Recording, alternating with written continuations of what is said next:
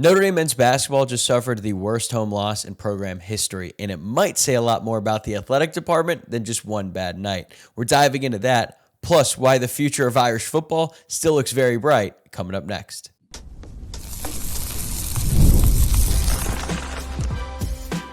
You are Locked On Irish, your daily podcast on the Notre Dame Fighting Irish.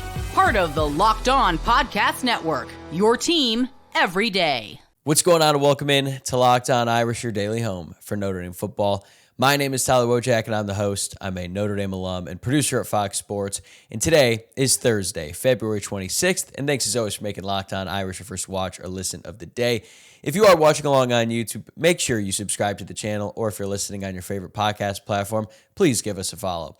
And don't forget to get your mailbag questions in for the Friday mailbag coming up tomorrow. As always, you can drop them in the YouTube comments on X at Locked On Irish or on Instagram at Locked On Irish Pod. Today's episode is presented by 5 Hour Energy. Have your cake and drink it too. Birthday cake flavor is back, no fork needed. Vanilla-y cakey flavor, caffeinated kick, and no sugar. It is party time. Order now at 5hourenergy.com or on Amazon. All right, we've got a loaded show today. We're covering all kinds of topics. So Notre Dame men's basketball just suffered the most lopsided home loss in program history against Duke, and it forces a bigger picture conversation about where this athletic department is headed. Is Notre Dame going all in on football at the expense of everything else? We're going to dive into that. Then we're going to pivot to something much more encouraging. Aaron Henry's first press conference and why his buy-in to Marcus Freeman and Chris Ash should excite every Irish fan, even though he has big shoes to fill as he is hired to replace Mike Mickens as Notre Dame's defensive backs coach. And we're going to close things out by hearing from some of the offensive mid-year enrollees, because the maturity and the confidence from this freshman class is eye-opening. So we have a lot to get into today, but let's start with Notre Dame men's basketball, because I put this out on Twitter on Tuesday night. I believe that the program has officially hit rock bottom. They lost to Duke, albeit the number one team in the country, 100-56 at home. They were down 20-4 with over 15 minutes left in the first half. And to make matters worse, head coach Marcus Shrewsbury may have torn his Achilles on the sideline. He did not confirm whether it was officially torn, but didn't look good, and he had to be carried off, and then he coached the rest of the game in a boot. Once it became clear that freshman Jalen Harrelson was going to be out for this game, everyone expected a blowout. I mean, they were nearly 20-point underdogs at home, but that was truly a pathetic effort. It was an embarrassment in every sense of the word. It should be the type of result that leads to serious change, because there is no way anyone affiliated with the Notre Dame men's basketball program or the Notre Dame athletic department could see the product that Notre Dame put out there on the floor in a game that was broadcast on national television at home and be happy or even be somewhat content or complacent with anything that they put out there. It was that bad. In friend of the show, Tom Noy from the South Bend Tribune wrote a scathing column afterward, and I would encourage all of you to go out and read the full thing yourselves, but it was direct and it was matter of fact, and he basically called out the fact that the basketball team has been neglected in recent years while the university has gone all in on football, and this is the result of that, which is why I feel a bit conflicted about the whole thing, if we're just being honest, because like most Notre Dame fans, I am thrilled about the university's buy-in to the football program. It is better than it has ever been in my lifetime, and we are seeing the results. Notre Dame just went to the national championship in 2024, and they have a real chance to win a national championship for the first time since 1988.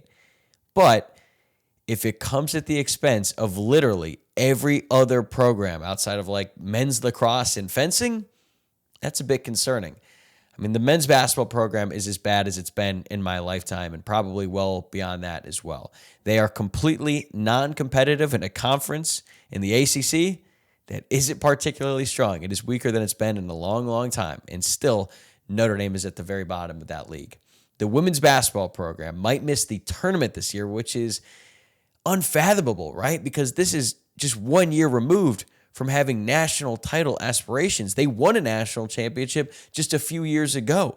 And they also have one of the best players in the entire country in Hannah Hidalgo, and yet here they are. Notre Dame hockey was a powerhouse for a long time, and now they are in just total freefall as a program.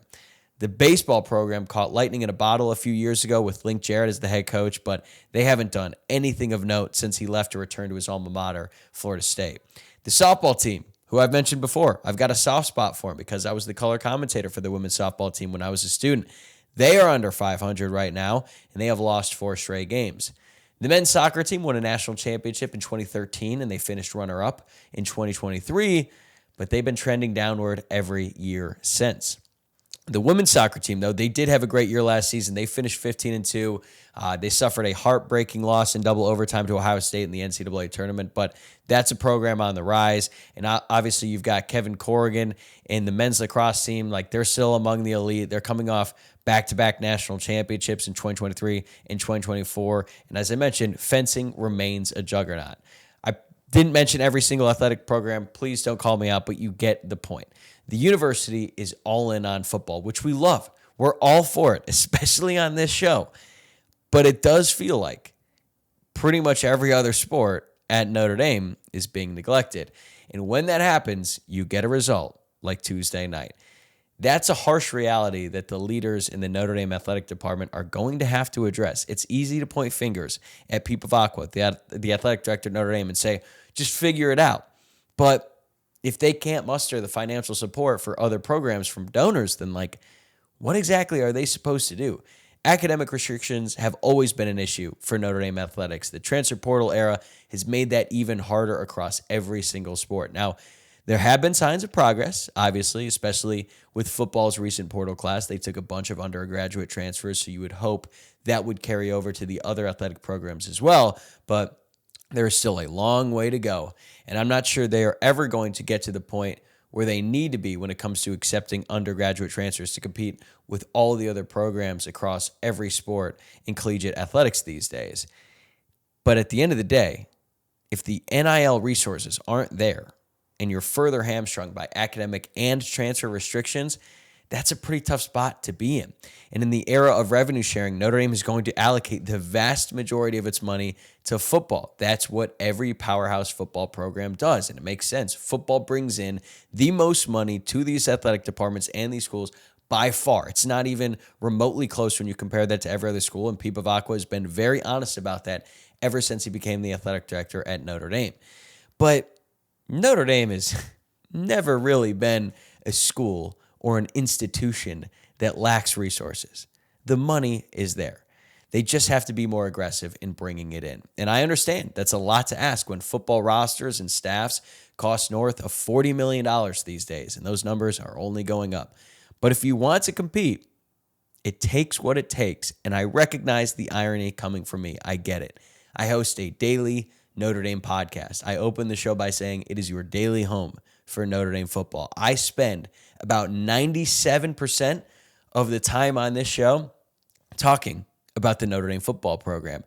I can't even remember the last time I opened a solo show with something other than football. And sure, we love hearing from Tom Noy. We love having him on to do deep dives into the hoops programs, but we don't regularly cover other sports at Notre Dame because the data shows you guys aren't that interested right now. I see the numbers. Like whenever I do a basketball episode or even a single non-football segment, the views plummet. And maybe that's because the other programs have been down. And I just think the truth is most Notre Dame fans primarily want to hear about football. And that makes life difficult for everybody else. It becomes a chicken or the egg question, right?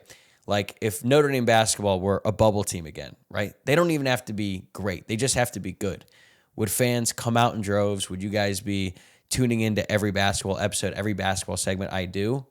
I'm sure there'd be more interest, right? But I'm not sure it would make that big of a difference because like when I was a student, Notre Dame went to back-to-back Elite Eights in my freshman year and in my sophomore year. That was like the height of Notre Dame basketball in the modern era. Some nights, Purcell Pavilion was rocking for sure. I remember going to the Notre Dame Duke game my freshman season when Notre Dame knocked off a Duke team led by Jahlil Okafor that ended up winning the national championship that year. It was an awesome experience, one that I'm never going to forget, but that was not how it was every single night.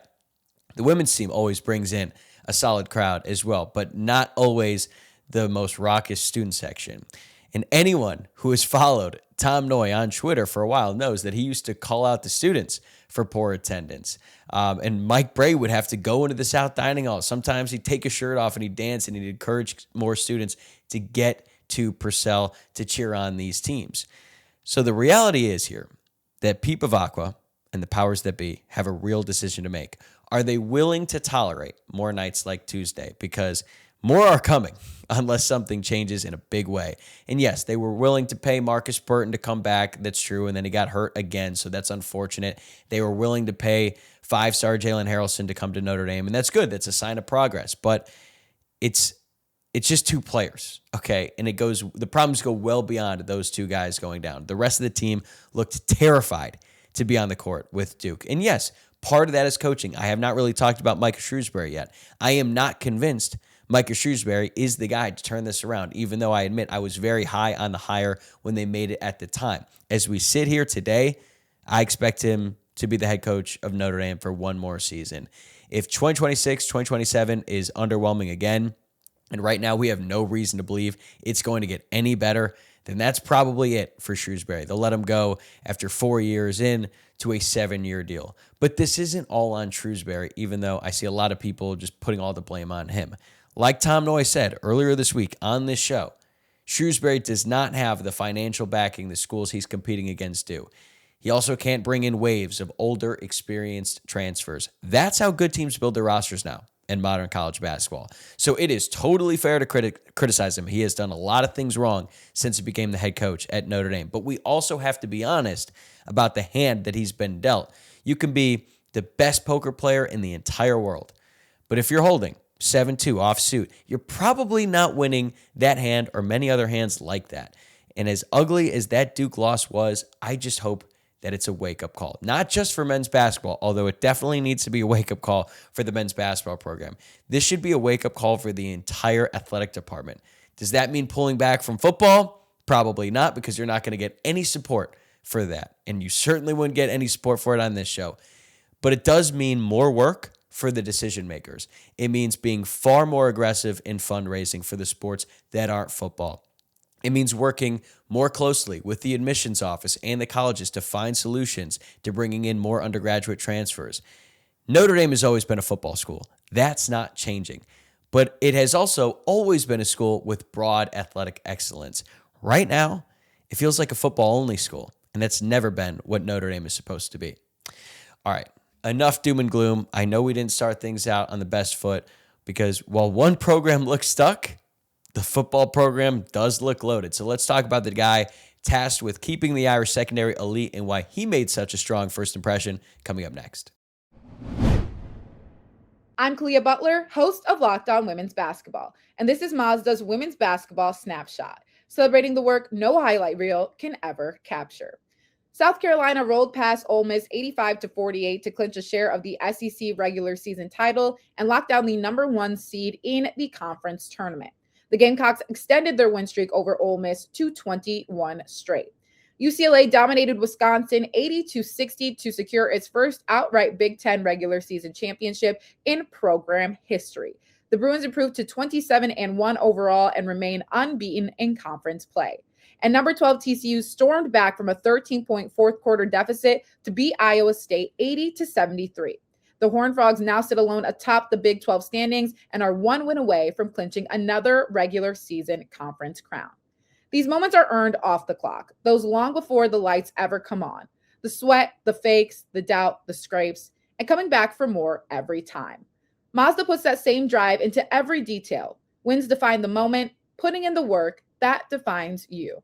There's more to a Mazda because there's more to you. Today's episode is brought to you by FanDuel. Ever wanted to experience the NBA Finals live and in person? FanDuel is giving you the chance to turn that dream into reality with their NBA sweepstakes. Here's how it works. Use your profit boost on any NBA future, and you'll automatically be entered for a shot to win an NBA Finals trip for 2.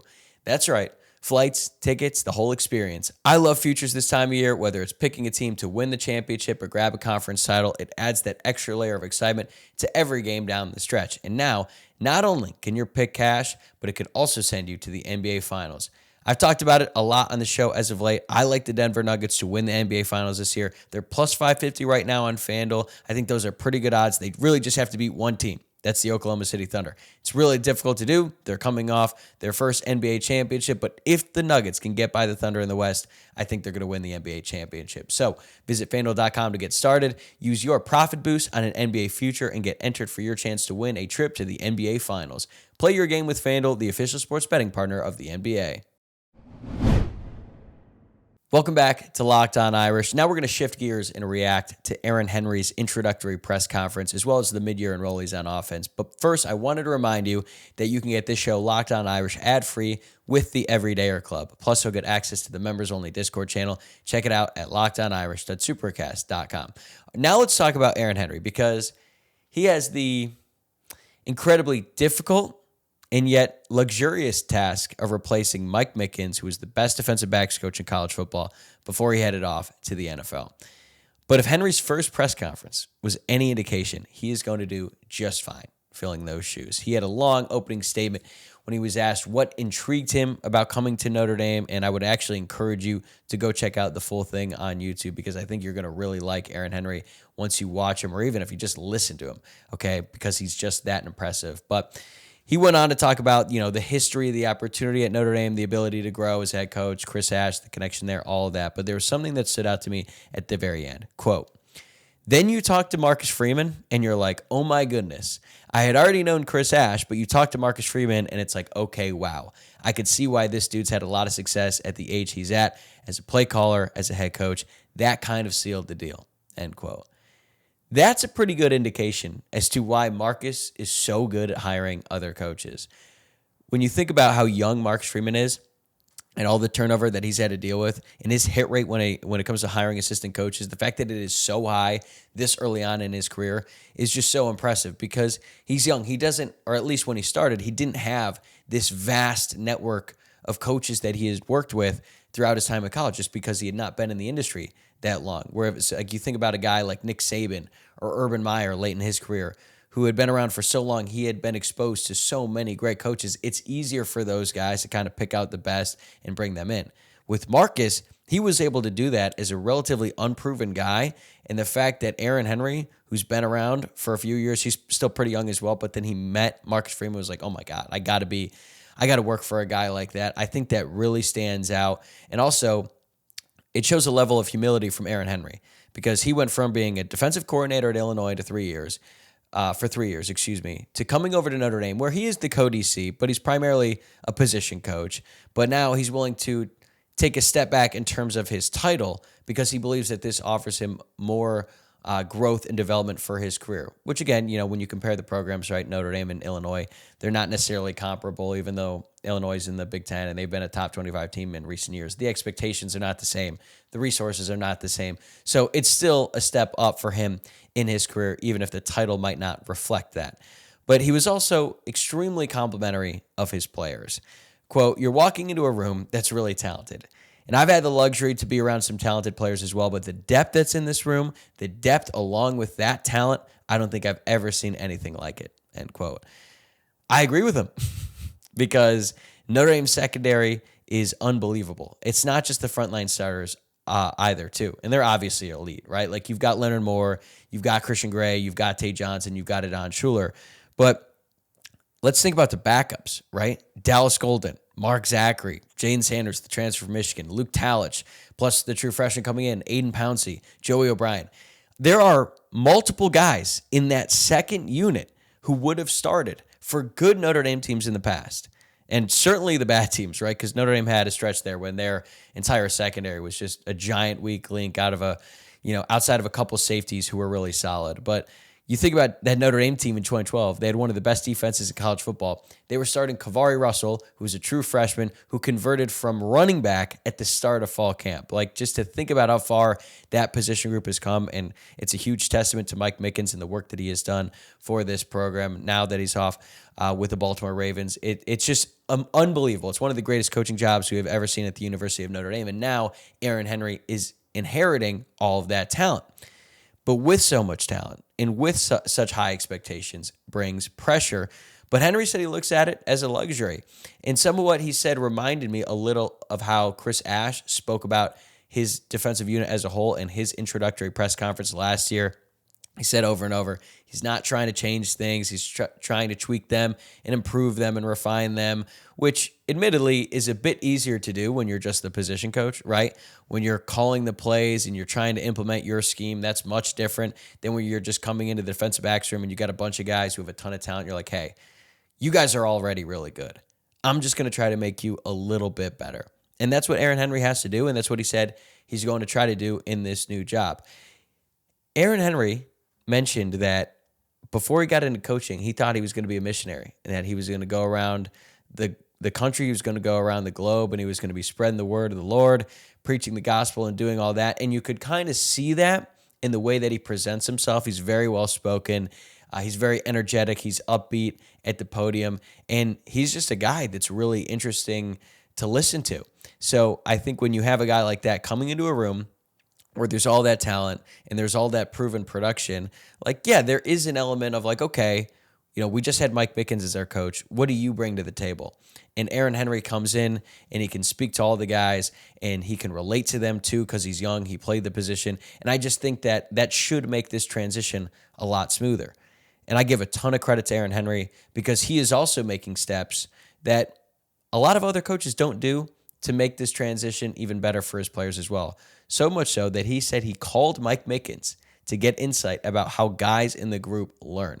Not necessarily a scouting report for every single player, although I'm sure they got into that a little bit. He just wanted to learn how his players are going to learn from him. And I thought that was just so interesting because I've wondered in the past, how frequently do coaches do this? And I get the sense that they don't do it all that often. But here's what Aaron Henry had to say about it. Quote, I asked Mickens a couple of questions in regards to the room, but I think the most important thing, what I was trying to gather from, is how do the guys learn? Are they visual learners? Do they need to get on the board? And are they physical learners? They need to get on and write things up. I was just trying to gather some basic info from them, and it really helped. End quote. Again, good on Aaron Henry for reaching out, and good on Mike Mickens for being willing to provide him with that insight. Because, look, Aaron Henry got the co-defensive coordinator title that Mike Mickens never got when he was at Notre Dame. And, it's one thing when you're the coach and you have these alpha personalities, like, they aren't always willing to put their egos to the side. There might be some coaches who are off to the NFL like, hey, why are you calling me? That's your problem. Now you figure it out. That's not what Mike Mickens is about. That's not what this program is about. So it's just really encouraging to see a guy like Aaron Henry come in who totally understands the situation. He understands the great work that Mike Mickens did before him. He understands that he's responsible for bringing all this talent into the room. And now it's Aaron Henry's responsibility to just keep the train on the tracks, so to speak. So I thought the fact that Aaron Henry was willing to go out, learn from Mike Mickens, is just a testament to him and his personality. But he was also very complimentary of Chris Ash as well. This isn't a surprise, right? We know that Aaron Henry played for Chris Ash when he was a player at Wisconsin. They've coached together in the past.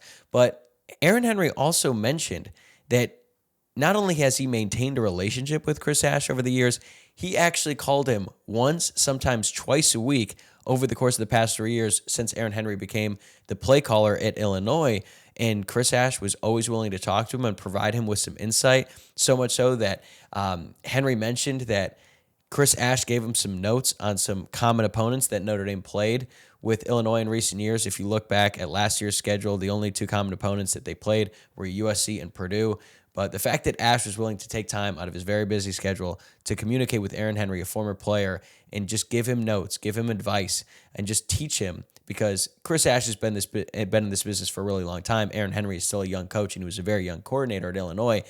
That speaks to their relationship. So it's not a surprise at all that Aaron Henry was willing to come to Notre Dame and join Chris Ash. But I guess when I was thinking about Chris Ash and Aaron Henry and how they would approach their schemes, Aaron Henry said it was very different than what Chris Ash runs at Notre Dame. He said, quote, I know this defense is a completely different defense than what I've ran. There's a lot of similarities there, but just in terms of the scheme, it's a lot different. It gave me an opportunity to come and just learn a new scheme and a new system, end quote. So my guess is that's because Notre Dame has much better players on their defense than Illinois did, which allows them to do different things, like run a lot of man coverage. Illinois ran a lot of man when they had a guy like Devin Witherspoon at cornerback, who is a top 5 overall pick, but they did not do that nearly as much when the talent in that room deteriorated. So Chris Ash is probably able to run a lot more advanced scheme than Aaron Henry was able to do at Illinois. So this is a learning experience for Henry, even though he's been with Ash in the past. The one thing that Henry was coy about was when it came to giving details about the personnel, because he was asked point blank about who was going to be a candidate in nickel, and he was not willing to go into details, but he did admit that Christian Gray has at least gotten some reps there, which we've talked about on this show. But he also brought up the freshman very early on, and that stood out to me as well. I mentioned before how I'm becoming more intrigued about the idea of Joey O'Brien playing nickel as a true freshman in the same way that Kyle Hamilton did as a true freshman. But if it's not Joey O'Brien, it could be Aiden Pouncey. Either way, Henry specifically mentioned the transfers and the freshmen as candidates to play nickel, and there are a lot of bodies there who can contribute. It could also be Jaden Sanders or DJ McKinney once he arrives on campus this summer. Personally, I think they're going to rotate a lot more in the secondary than what we've seen in recent years. I think they're going to have specific sub packages for different guys depending on the situation. But overall, I think Aaron Henry seems like a guy who was thrilled to be at Notre Dame and thrilled to coach for Chris Ash and Marcus Freeman. And when you have buy-in from the bottom all the way to the top, that's a sign of a great organization, and I believe that Notre Dame has that despite all the staff turnover they experienced this offseason, and in particular on defense.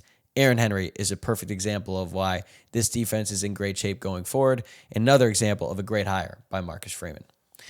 So the defensive staff sounds locked in. Aaron Henry is on the rise. But what about the future on offense? Because the freshmen who just showed up in South Bend don't sound like freshmen at all. That's straight ahead.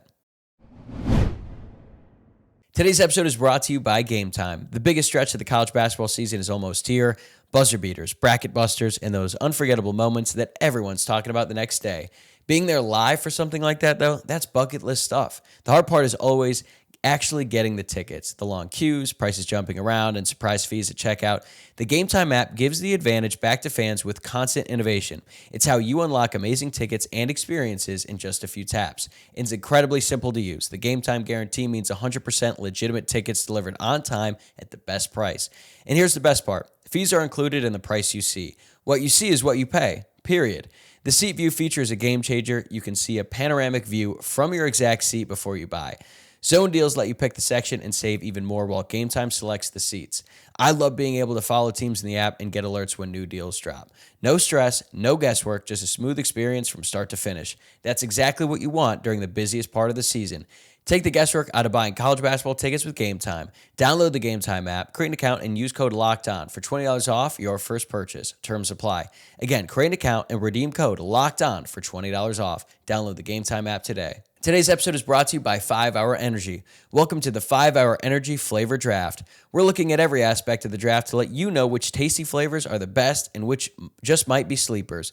The board is set, the flavors are ready, and only one is going to take the top spot.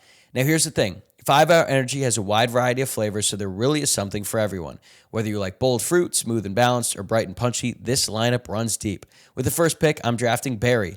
Big, bold, mixed berry flavor with notes of raspberry and blackberry, a little tartness to keep it balanced, and a clean finish with minimal aftertaste. It's smooth, easy to recognize, and just flat out dependable. That's my number one overall pick. But don't sleep on Cherry. Bold red fruit flavor, sweet with a light tart edge, bright and punchy from start to finish. It's smooth, easy drinking, and always delivers. That's a strong second-round steal. In my sleeper, I got my eye on Confetti Craze. That rich, freshly baked cake vibe with smooth vanilla frosting notes sounds like a wild card that could shoot up draft boards fast. Find your new favorite flavor of 5 Hour Energy shots available online at 5hourenergy.com or on Amazon. All right, we are back here on Locked On Irish talking about more first impressions from Wednesday because Aaron Henry was not the only person introduced to the media. Bubba Frazier, Braden Robinson, Devin Fitzgerald, Preston Frizzell, Jonas Walton, Braden Robinson, Kadon Finley, Noah Grubbs, Tyler Merrill, Charlie Tom, and Grayson McHugh all spoke with the media on Wednesday. Dylan Faison and Javian Osborne were the only offensive midyear enrollees who didn't speak. As far as I know, I believe that Dylan had a commitment with lacrosse. I think Javian Osborne had a class conflict. But first off, I just want to say how impressed I am with all of these kids. To be willing to skip their last semester of high school, which in my experience was one of the most fun periods of my entire life, to dedicate yourself to working out and going to class as a college student, not as a high school student, in seemingly the worst climate imaginable, shows a level of maturity way beyond their years and certainly way more mature than I was at their age, especially when you consider what these guys have been dealing with in terms of the weather this winter. I think at least four, maybe five out of the freshmen brought up the amount of snow completely unprompted. And I did get a kick out of that because my freshman year in South Bend, it snowed so much and I was so miserable. Even though I grew up in the snow, like I lived in Cleveland until I was 10. Cleveland gets lake effect snow, so we dealt with harsh winters there. When I moved to Louisville, the weather was better, although we did get snow there. So going back to Notre Dame was kind of like going back to Cleveland in a way, and I still just hated the winter, honestly. It's probably a big reason why I live in Los Angeles right now, because I just hated the snow that much. But I remember one night, my freshman year, it snowed 15 inches overnight. That's insanity, but it seems like that's been the case in South Bend a lot this winter. So I just thought that was funny how all the freshmen brought that up. But beyond that, these kids have to adjust to going to school at a place like Notre Dame where it's really hard. You got to go to class, and all of their classmates have already been around for a semester. They've gotten used to it for the most part. So the workload is all brand new. The weather is miserable. You're dealing with all the struggles of being a freshman away from home for the first time in your life. And it's not like you get to enjoy all the perks of being a football player when the season is here and you get to come out of the tunnel at Notre Dame Stadium in front of 80,000 screaming fans. Like, it's not like that this time of year. You're trekking through a snowstorm at 5:30 a.m. to go through a brutal workout while you're getting yelled at. It's not the same. So I really think all these kids deserve a ton of props for what they're doing. The fact that Notre Dame is 24 mid-year enrollees is just so impressive, but I think it's probably a lot better for those guys that they have so many other guys in their class who are going through the same thing that they're going through. But there are a few freshmen who stood out in particular. Number one, wide receiver Caden Finley. He comes off as very confident, and I don't mean that in the cocky sense. He just seems very mature and familiar with his surroundings. Finley talked a lot about how Aledo High School in Texas prepared him for this. It's one of the best high school programs in the country. And it's not just the workouts, but it's the environment and the standard that was set every day for him in high school. But he also said that he's playing slot receiver, which took me by surprise. I fully expected him to be boundary because he's noticeably bigger than the other wide receivers, not named Devin Fitzgerald. Like, when he walked up to the podium, I was like, whoa, that's a bigger dude compared to guys like Bubba Frazier and Braden Robinson. So I just sort of assumed that Frazier and Robinson were going to be the slot wide receivers in this class, but nope, Finley went up there and said, I'm a slot wide receiver right now. I guess it's not too big of a surprise because he drew a lot of comparisons to Jaden Greathouse coming out of high school, both similar in terms of their physical makeup. They both played for huge programs in Texas, and they both appear ready to play college football from the day they stepped on campus. We saw that with Jaden Greathouse when he scored 2 touchdowns in his college debut.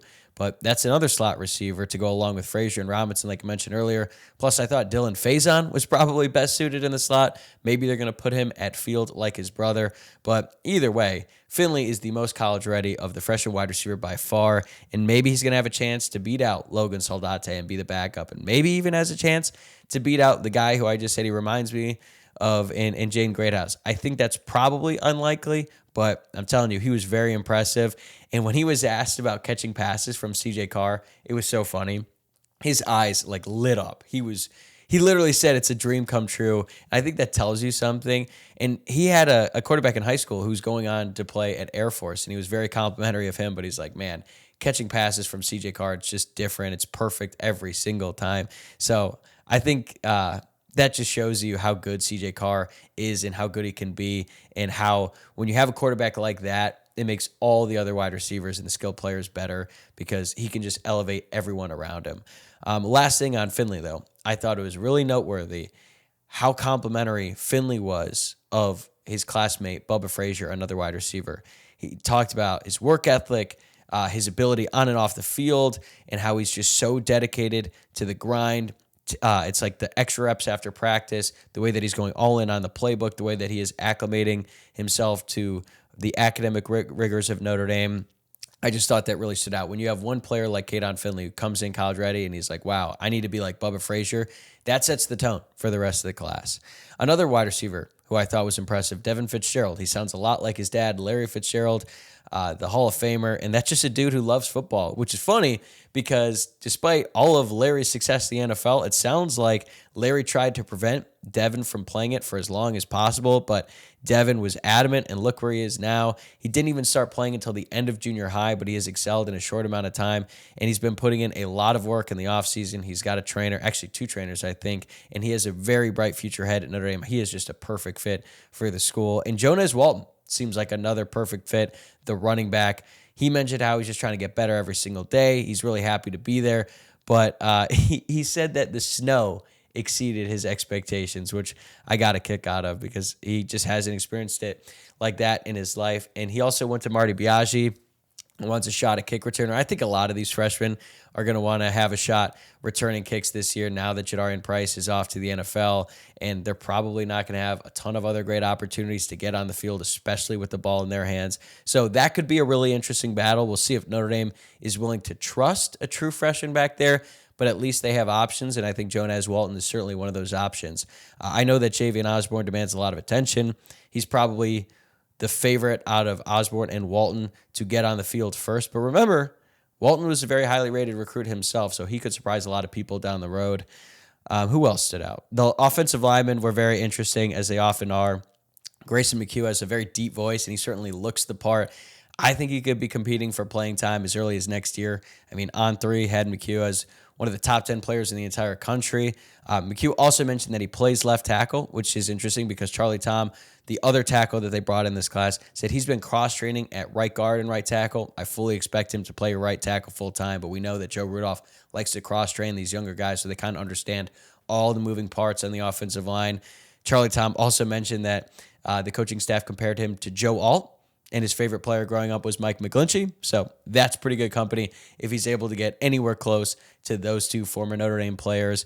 And I'm just really happy for Charlie Tom because he's clearly living out a dream.